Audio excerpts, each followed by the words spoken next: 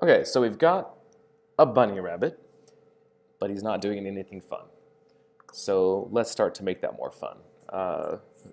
We're dealing with some data, so we've got the model, but we don't have anything else to work with on it. So let's go ahead and compute the surface normals, which is, if you look at how the surface of the model moves, they're basically unit vectors that point away from the surface. And so it gives a way to describe which way the surface of your thing is pointing, and you can start to do lighting operations off of it. So there's a package called angle normals, which is part of the StackGL ecosystem, which if you haven't looked at StackGL and you want to do regl, this is your war chest of modules to pull in to be able to do all your operations. So take some time and peruse those because those go along great with this. So angle normals will compute the normals. And since we have this kind of declarative way we're looking at our data, let's go ahead and create them in line right here inside our declaration, because it's wiring up things to a function call. So the order that these go in is bunny.cells and then bunny.positions. And there's no error thrown here, so that's good. And then we need to wire this into our shaders now. So ultimately, I want to get this down to our fragment shader. But in order to get there, I need to start at the top. And then start with adding a new attribute there called normal. And then to pass it down, I need a varying value. So I'll call it vNormal. And set that to a vec3 as well. And then finally, I need to actually assign that value. And let's go down to our fragment shader now and start using it. Cool. So now we have this, which is a three-dimensional vector, which coincides with our color being the RGB values being three-dimensional. So we can use that and pass it in. And if I didn't screw it up, we should have a slightly lit bunny, which is what we have. And this skews now because I'm not updating the camera using the dynamic information. But I'm not going to fix that right now, at least.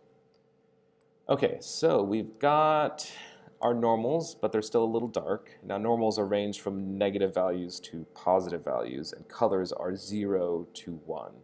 So we need to move our normals values to be more in the space of the colors.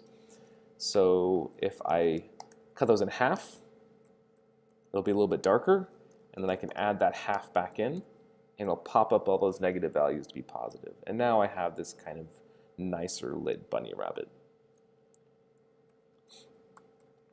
But he's still not moving, so let's see if we can do that. Now we need to pull in some matrix math libraries. So luckily there's glmat4, which is part of the StackGL ecosystem. And I have that module pulled up. And what we really care about is this rotate y function. So we'll take mat4, and we're going to actually create a model matrix to start working with. So model,